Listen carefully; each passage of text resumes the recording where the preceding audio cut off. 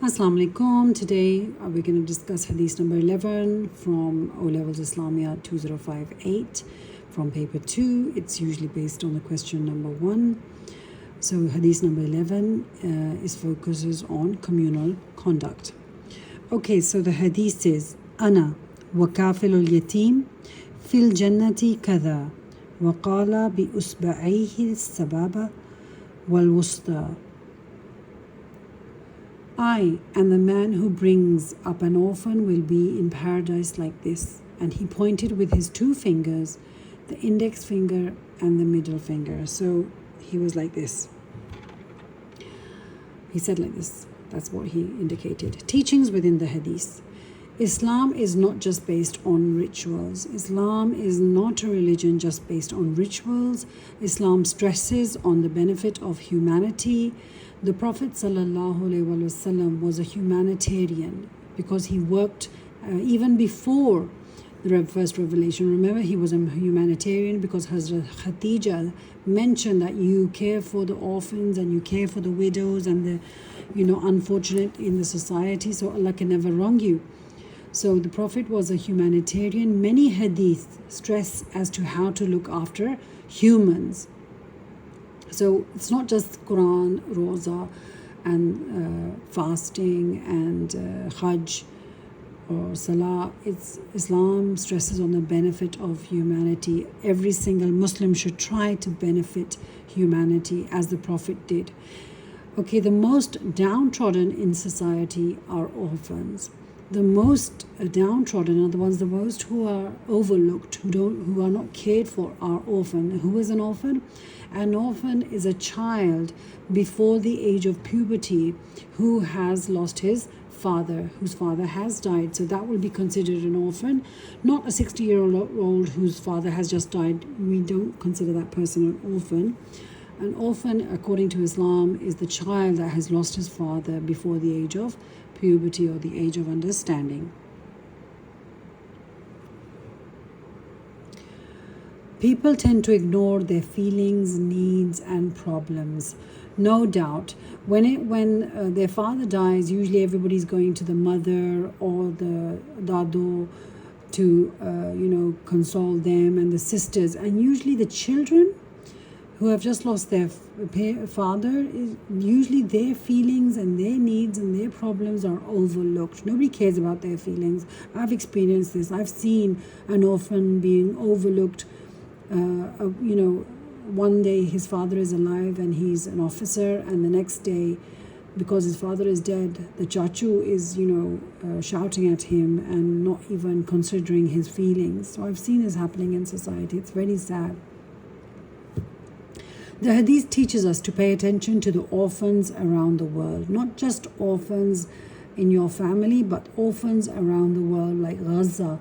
There are so many orphan children, and I remember Bosnia, there were orphan children. Wherever there are orphans, care about them. It increases our motivation and dedication by mentioning the closeness of the Prophet ﷺ. When the Prophet says, I'm going to be as close as my 2, my index finger and my middle finger, I'm that person who looks after the orphan will be as close. That is for motivation, because everybody wants to be with the Prophet after they die in the hereafter.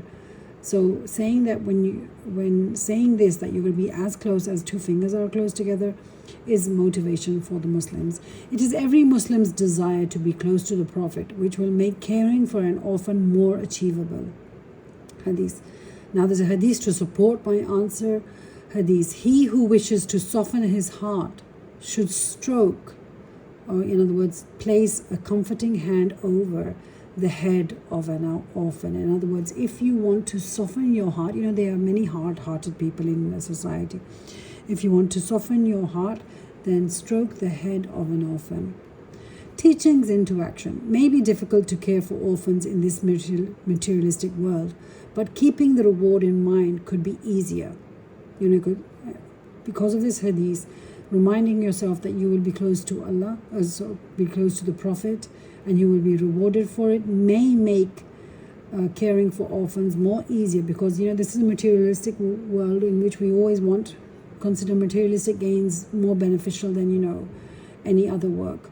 Governments should grant funds and benefits for orphanages. We have many orphanages in Pakistan. The Eidi home was for orphanage, the Chipa Foundation. We have, what is it called?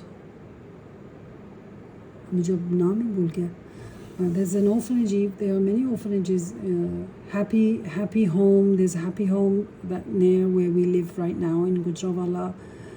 And if governments could grant them funds, then they would work even better, because all these orphanages are working on aid, basically. Anybody who gives them aid, foreign aid, or within the community. Roshni Homes, I've got the name has come back to me. Roshni Homes is also a very good orphanage in which they take very good care of the orphans. What a regular Muslim could do, if you don't have enough money, you can go and spend some time with the orphans. Go and play with them, go and play cricket with them, go take an art class with them, do something so that you can interact with orphans.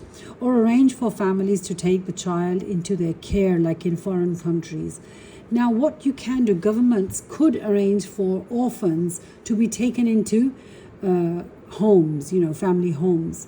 Like abroad in England, a child goes into care or is given into a foster family. Why? So that they can get the homely-like feeling.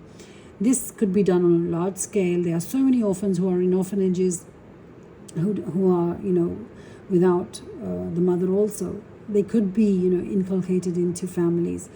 Muslim volunteers, especially students, should work with NGOs who are already working with orphans and spend time with them, like I already mentioned. Help them with studies, arrange for matches, toys, and recreation.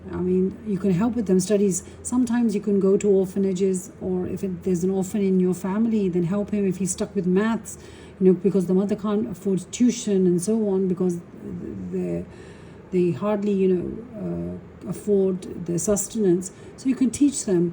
Arrange for matches in orphanages, that could happen. Or if you have an orphan in your family, provide them with toys so that a part of their sadness could be decreased. And arrange for recreation for them. Take them out.